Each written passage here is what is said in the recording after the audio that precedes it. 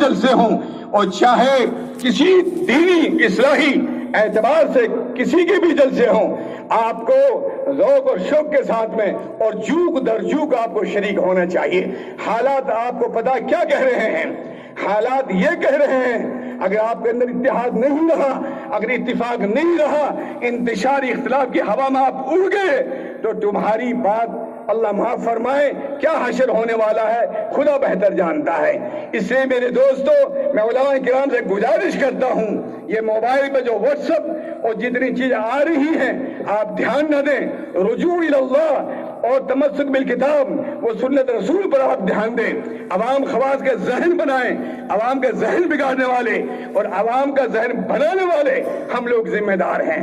ائمہ کی ذمہ داری بنتی ہے، خطبہ کی ذمہ داری بنتی ہے، اہل مدارس کی ذمہ داری بنتی ہے، ایک ایک فرد کی بالکل ذہن سازی کریں، علماء کی قدر کرائیں، مدارس کی قدر کرائیں، مکاتب کی قدر کرائیں، خانقاہوں کی قدر کرائیں، تبلیغ کی قدر کرائیں، ہر اعتبار سے آپ ان کی ذہن سازی کریں۔ اگر خدا نخواستہ اس فریضے سے اگر آپ نے ہاتھ دھو بیٹھے اور آپ نے سبکدوشی اختیار کر لی تو قیامت کی خدا تم سے پوچھیں گے۔ آپ مسئول ہیں، آپ ذمہ دار ہیں اور آپ کے پیچھے قوم چلتی ہے۔ یہ میوات ایسی قوم ہے، ہم نے دنیا کے کئی ملکوں کو سفر کیا ہے، ہندوستان میں بھی سفر کیا ہے، میں قسم کھا کے کہہ سکتا ہوں میوات جیسا علاقہ، میوات جیسا میدان تم کو دنیا میں کہیں بھی دین کی خدمت کے لیے نہیں ملے گا۔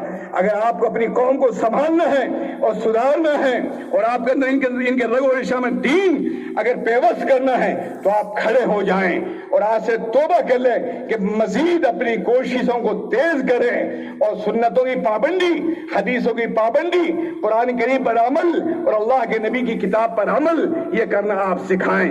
اختلاف انتشار کو ہوا نہ دیں اور وہاں پر بیگ لگانے کی، قدر لگانے کی بھرپور کوشش کریں۔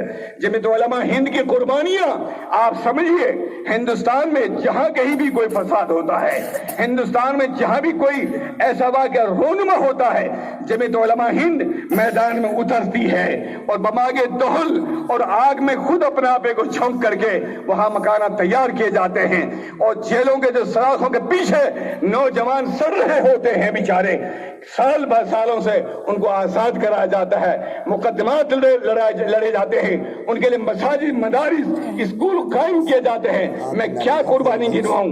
آپ جمعیت علماء ہند کی تاریخ پڑھ کر کے دیکھ رہے ہیں، دارالعلوم دیوبند کی قربانیاں آپ پڑھ کر کے دیکھ رہے ہیں، حضرت مولانا شاہ محمد ریاض صاحب نفر اللہ برکتہ کی تحریک دعوت و تبلیغ کے کارنامہ آپ دیکھ رہے ہیں۔ بہت بڑا ایک عالم ریاض میں شیخ عبداللہ بن باز، میں نے سنا کسی عالم سے، انہوں نے کسی موقع پر فرمایا تھا کہ جتنا فائدہ دعوت تبلیغ سے ہمارے نوجوانوں میں ہوا ہے کسی تحریک سے اتنا نہیں ہوا۔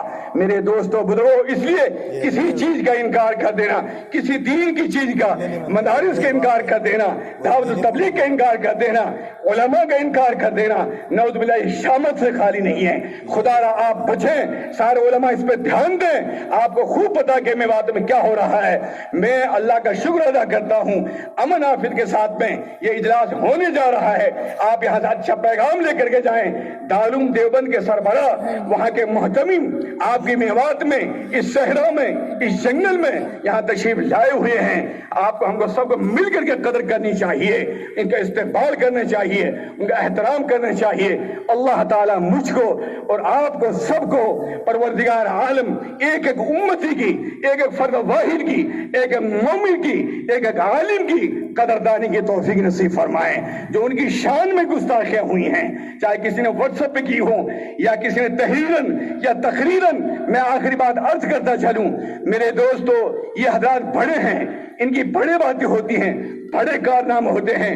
فدائے ملت حضرت مولانا سید اسد مدنی رحمت اللہ علیہ مدینہ منورہ میں بادشاہ کی دعوت پر تشریف لے گئے، وہاں بیمار ہو گئے۔ حضرت مولانا سالم صاحب دامن برکاتہ نے خط لکھا مولانا کو اور مولانا نے باقاعدہ اس کا خط کا جواب دیا۔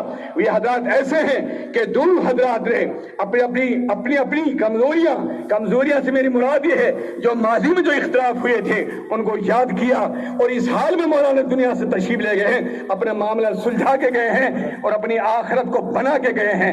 ہمیں اللہ تعالیٰ اپنے اکابرین کے نہج پر، ان کے مسلک پر، ان کے مشرب پر چلنے کی توفیق نصیب فرمائیں۔ بے جا ہماری زبان جو کھل رہی ہے اللہ تعالی ہمیں گستاخی سے نازیبہ حرکتوں سے اللہ ہماری حفاظت فرمائے.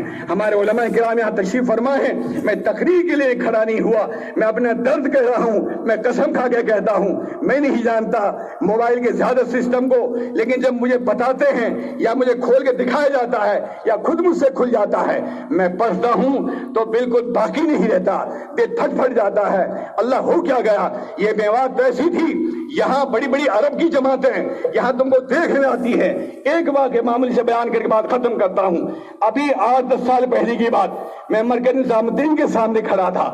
وہاں کے ایک ذمہ دار نے مجھ سے کہا مولانا آپ میوات جا رہے ہیں, یہ 2 آدمی ہیں ساؤتھ افریقہ کا عالم ہیں اور یہ چاہتے ہیں قاری رمضان صاحب چندیری رحمت اللہ علیہ, حاجی محراب صاحب فیروز پدمک رحمت اللہ علیہ, ان حضرات کی قبروں پر یہ جانا چاہتے ہیں. میں کہ ٹھیک ہے جناب والی. اب میں بادشاہ پور کے قریب آیا تو انہوں نے مجھ سے کہا کہ مولانا شاید میوات میں کوئی بھی بے نمازی نہیں ہوگا.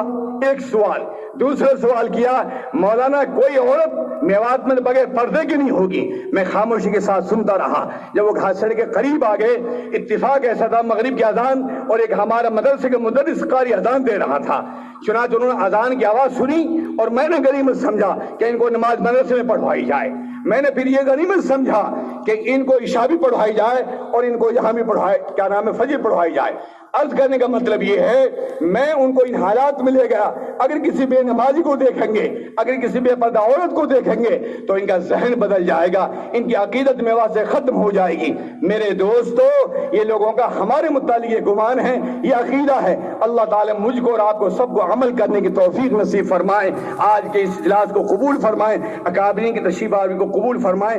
وآخر دعوانا الحمدللہ رب العالمین.